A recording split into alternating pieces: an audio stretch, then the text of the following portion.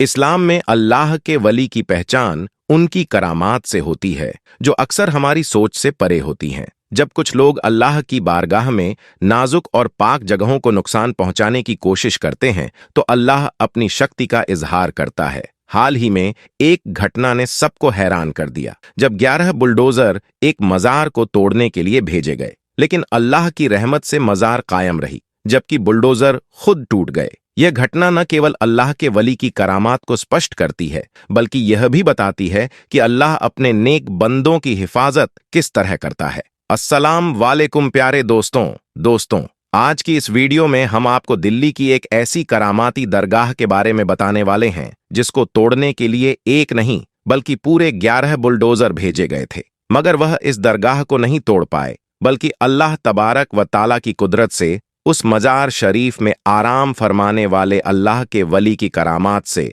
वह बुलडोजर खुद ही टूट गए। यानी कि वह सारे के सारे बुलडोजर टूट गए, मगर वह दरगाह का कुछ भी नहीं बिगाड़ पाए। इसे देखकर वहां पर मौजूद पुलिस वाले भी हैरान रह गए, और यही नहीं, इस दरगाह के बारे में जानकर आप भी हैरान हो जाएंगे। साथ ही साथ हम आपको अल्लाह के एक और नेक वली हजरत सैयद शेर अली शाह का एक मशहूर वाकया भी सुनाएंगे। इसलिए दोस्तों, आज की यह वीडियो आप सभी के लिए बहुत ही ज्यादा खास होने वाली है। आप इस वीडियो को आखिर तक जरूर देखें। सबसे पहले, अगर आपको अल्लाह के लिए सच्ची मोहब्बत है तो इस वीडियो को दिल से एक बार लाइक जरूर करें, और मेहरबानी करके इसे शेयर भी कर दें, ताकि और भी लोगों के पास यह वीडियो पहुंच जाए। तो चलिए दोस्तों, आज की इस वीडियो को शुरू करते हैं। दोस्तों, आज हम आपको अल्लाह के जिन वली के बारे में बताने वाले हैं, वह सैयद पीर बाबा के नाम से मशहूर हैं। उनकी मजार मुबारक दिल्ली के परगना के हसनपुर डिपू के पास बनी हुई है, और उनके बारे में कहा जाता है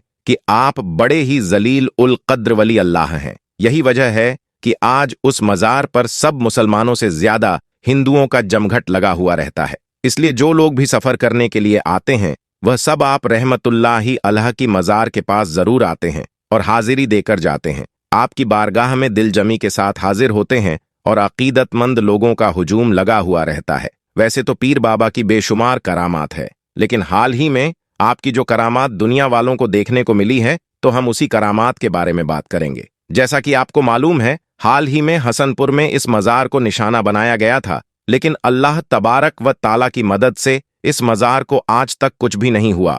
दोस्तों, इसी तरह से फिर इस बार उस मजार को तोड़ने के लिए बुलडोजर भेजे गए, लेकिन अल्लाह तबारक व ताला की करामात से वह मजार नहीं टूट पाई, बल्कि उसे तोड़ते हुए सारे मजदूर और लेबर परेशान हो गए, लेकिन वह मजार टूट नहीं पाई। फिर अल्लाह तबारक व ताला की करामात जाहिर हुई, और जो भी बुलडोजर थे, उनमें से 4 बुलडोजर खुद ही टूट गए।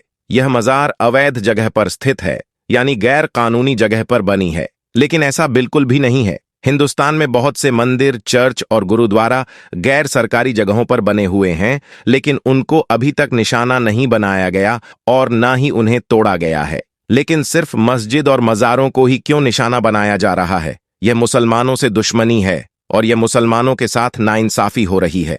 दोस्तों, इसी चीज को देखते हुए फिर अल्लाह तबारक व ताला ने मुसलमानों के साथ इंसाफ किया, और जो भी लोग उस मजार को तोड़ने के लिए गए थे, उनके लिए यह एक करामात साबित हुई। उनमें से कुछ बुलडोजर को अल्लाह तबारक व ताला ने तोड़ फोड़ कर तहस नहस कर दिया, और अल्लाह तबारक व ताला की कुदरत का करिश्मा लोगों ने देखा, और वह सब लोग हैरान और परेशान रह गए। कुरान पाक में अल्लाह तबारक व ताला ने फरमाया है कि जो लोग सब्र करने वाले हैं, अल्लाह तबारक व ताला उन्हीं लोगों के साथ है। इसलिए जो मुसलमान भी सब्र करते हैं, तो अल्लाह तबारक व ताला भी उन्हीं लोगों के साथ है। अल्लाह ताला ने मुसलमानों का साथ दिया और उनकी मदद फरमाई, और मज़ार पाक को टूटने से बचा लिया। अल्लाह ताला से दुआ है कि अल्लाह तबारक व ताला हम तमाम मुसलमान भाइयों और बहनों को सीधे रास्ते पर चलने की तौफीक अता फरमाए। आमीन सुम्मा आमीन। दोस्तों, अब आपको हजरत सैयद शेर अली शाह का वाकया सुनाते हैं। आपका मजार मुबारक जम्मू कश्मीर के जिला पुंज के गांव सिलिंद्रा में मौजूद है। यह गांव अपनी खूबसूरती और ऊंची रंगियों की वजह से बहुत ही ज्यादा मशहूर है। जहां हजरत सैयद शेर अली शाह जैसे वली अल्लाह मौजूद हो, तो उस जगह की कदरो मंजिल और भी ज्यादा बढ़ जाती है। अल्लाह के इस वली का असल नाम सैयद सुल्तान शाह गाजी है। कहा जाता है कि आप शेर की सवारी किया करते थे, इस वजह से आपका नाम हजरत शेर अली शाह के नाम से मशहूर हो गया। आप सारी उम्र इश्क़ इलाही और मोहब्बत रसूल में मदहोश रहे। आप लोगों के साथ नरमी और मोहब्बत से पेश आते थे और यही वह खूबी थी जिसकी वजह से आप लोगों के दिलों पर हुक्मरानी किया करते थे। आपका हुक्म जंगली दरिंदों पर भी चलता था। हजरत शेर अली शाह से एक वाकया मंसूब है कि आप सिलिंदरा के गांव में मुकीम थे। आपसे मिलने कोई परदेसी कहीं से आ रहा था और यहां पहुंचते पहुंचते उसे रात हो गई। उसके साथ एक गाय भी मौजूद थी।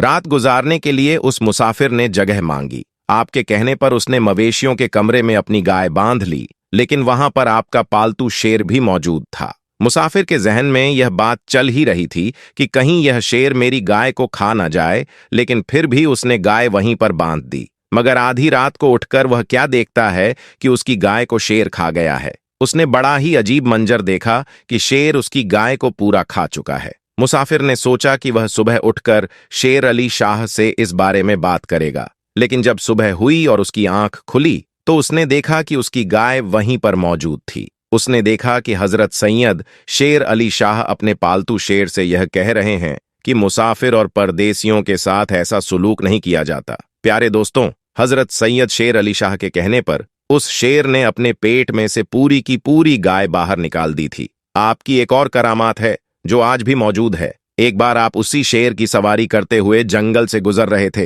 रास्ते में आपको प्यास लगी तो आपने अपने मुरीद को एक असा दिया। यह असा एक लाठी की तरह होता है। आपने यह असा देकर कहा कि इस असा को पत्थर पर मारो। ऐसा करने से वहां पर अल्लाह के करम से एक चश्मा फूट पड़ा और आज तक वही पानी लंगर के लिए इस्तेमाल होता है। आसपास के लोग भी उसी पानी का इस्तेमाल करते हैं। वह पानी आज भी बह रहा है।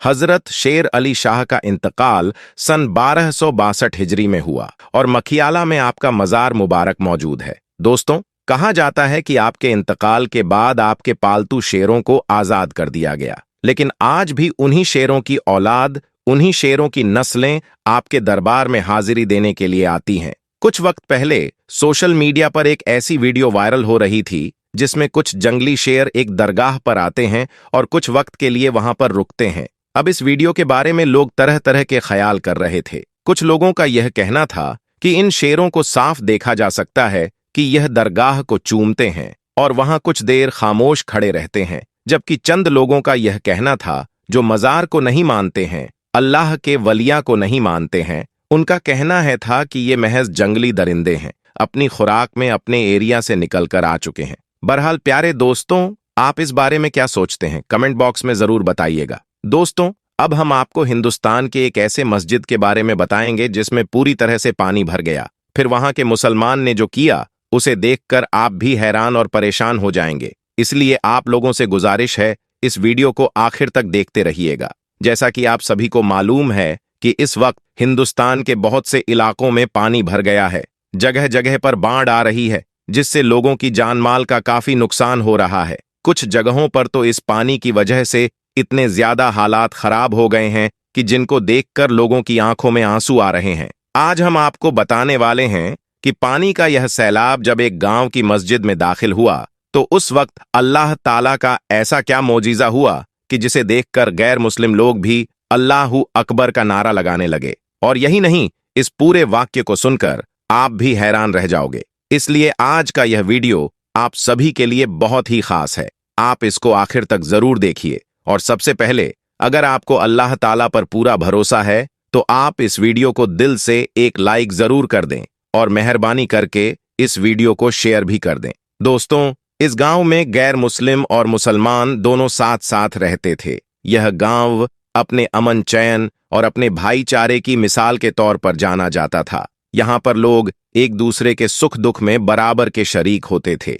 इस गांव में अगर कभी किसी के घर में कोई खुशी होती तो दोनों धर्म के लोग मिलकर खुशियां मनाते थे, और अगर कभी किसी के घर में कोई दुख या मुसीबत आ जाती, कोई गम आ जाता, तो दोनों धर्म के लोग एक दूसरे के दुख में शामिल होते थे। इस गांव की एक खास बात यह थी कि यह पूरा का पूरा गांव बहुत खुशहाल था, यानी कि यह गांव कुदरती खूबसूरती और हरियाली से भरा हुआ था। अल्लाह ताला ने इन्हें तरह तरह की नेमतों से नवाज रखा था। इस गांव के ज्यादातर लोग करीब के शहरों में अपना कारोबार करते थे, लेकिन अब इस गांव में एक मसला यह बन गया था जो सबके लिए परेशानी का बाइस बना हुआ था, और वह यह था कि इस गांव में पिछले 1 साल से बारिश नहीं हो रही थी, जिसकी वजह से गांव का हर आदमी परेशान नजर आने लगा था। क्योंकि इससे पहले लोग अपने खेतों में फसलें उगाया करते थे, जिससे हर तरफ हरियाली का मंजर होता था, लेकिन अब बारिश ना होने की वजह से इनकी फसलें सूख चुकी थीं और न ही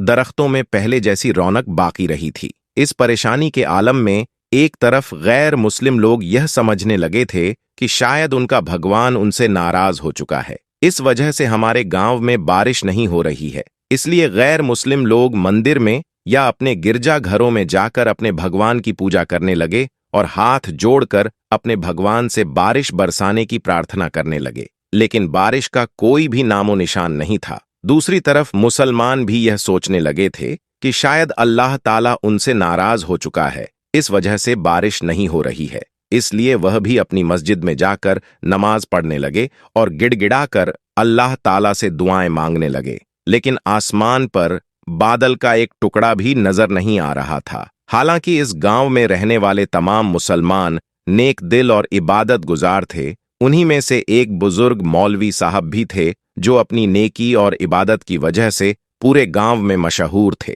मौलवी साहब सिर्फ 5 वक्त की नमाज ही नहीं पढ़ते थे, बल्कि वह रात को उठकर तहज्जुद की नमाज भी अदा किया करते थे। यही नहीं, मौलवी साहब हर वक्त अल्लाह का जिक्र करते और गांव के दूसरे लोगों को भी नेकी की तरफ माइल करते थे। ऐसा था इस पूरे गांव का माहौल। लेकिन इस वक्त बारिश ना होने की वजह से इस गांव के लोग बहुत परेशान हो चुके थे। इसलिए इस परेशानी के आलम में गैर मुस्लिम लोग अपने ईश्वर से प्रार्थना कर रहे थे, जबकि मुसलमान अपने अल्लाह से मदद की दुआएं मांग रहे थे। लेकिन दूर दूर तक बारिश की कोई भी उम्मीद नजर नहीं आ रही थी। दोस्तों, इस तरह से अब तक वक्त गुजरता जा रहा था। अप्रैल और मई की शदीद गर्मी का मौसम आ चुका था। दूसरी तरफ पूरे गांव में हर तरफ सूखा पड़ा हुआ था। इस वजह से दरख्तों के पत्ते भी झड़ चुके थे। शदीद गर्मी की वजह से जमीन तप रही थी, और यही नहीं, बारिश ना होने की वजह से इस गांव में पानी की भी शदीद कमी आ चुकी थी।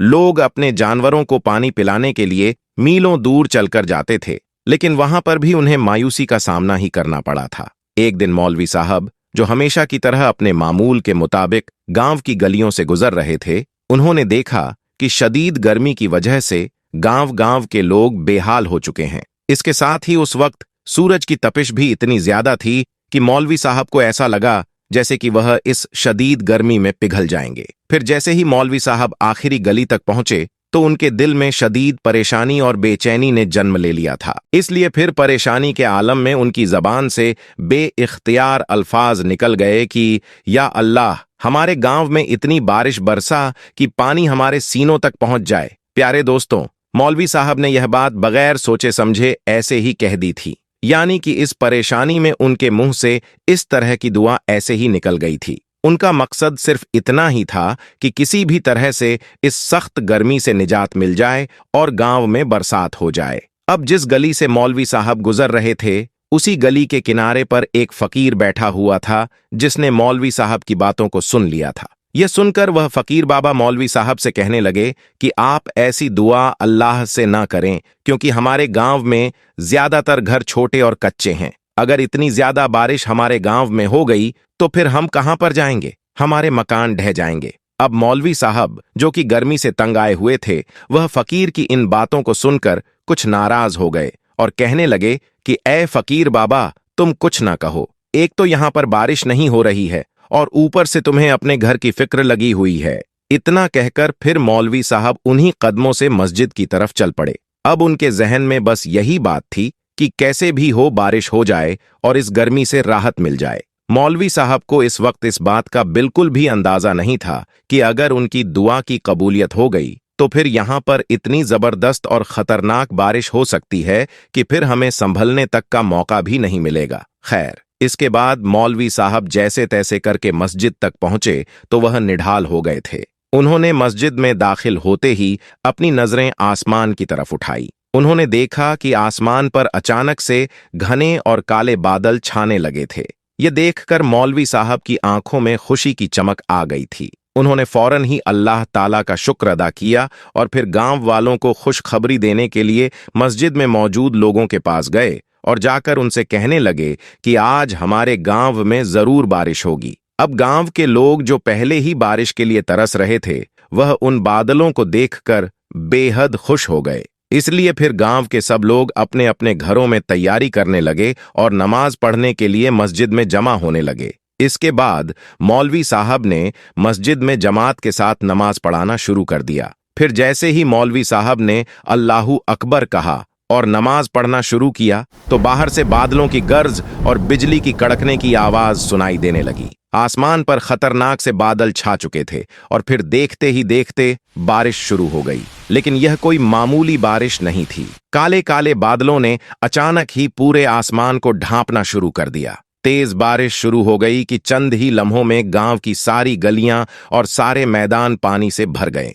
पानी का बहाव इतना ज्यादा तेज था कि नदी नाले भी उसके सामने बेबस हो गए। अब मस्जिद के अंदर नमाजियों ने जब तेज बारिश को महसूस किया तो उनके दिलों में खौफ पैदा होने लगा था। लेकिन उन सब नमाजियों के ईमान की मजबूती ऐसी थी कि किसी ने भी अपनी नमाज नहीं छोड़ी। वह वैसे ही अल्लाह की इबादत में मशरूफ रहे और इधर मौलवी साहब भी इमामत करते हुए उनको नमाज पढ़ाते रहे। फिर बारिश इतनी ज्यादा तेज हो गई कि मस्जिद के अंदर भी पानी दाखिल होने लगा और देखते ही देखते पूरी मस्जिद में लबालब पानी भर गया। यहां तक कि पानी नमाजियों के सीनों तक पहुंच गया। दोस्तों, अब हर तरफ पानी ही पानी भर चुका था। यहां तक कि गांव का हर कोना पानी में डूब चुका था। गांव वाले अभी कुछ देर पहले जो बादलों की आमद पर खुशी मना रहे थे, अब वह सब खौफजदा हो गए थे। लेकिन इधर मस्जिद में मौलवी साहब और उनके साथियों ने पानी के बहाव में भी अपनी नमाज को जारी रखा, क्योंकि उनके दिलों में अल्लाह पर मुकम्मल भरोसा था। इसलिए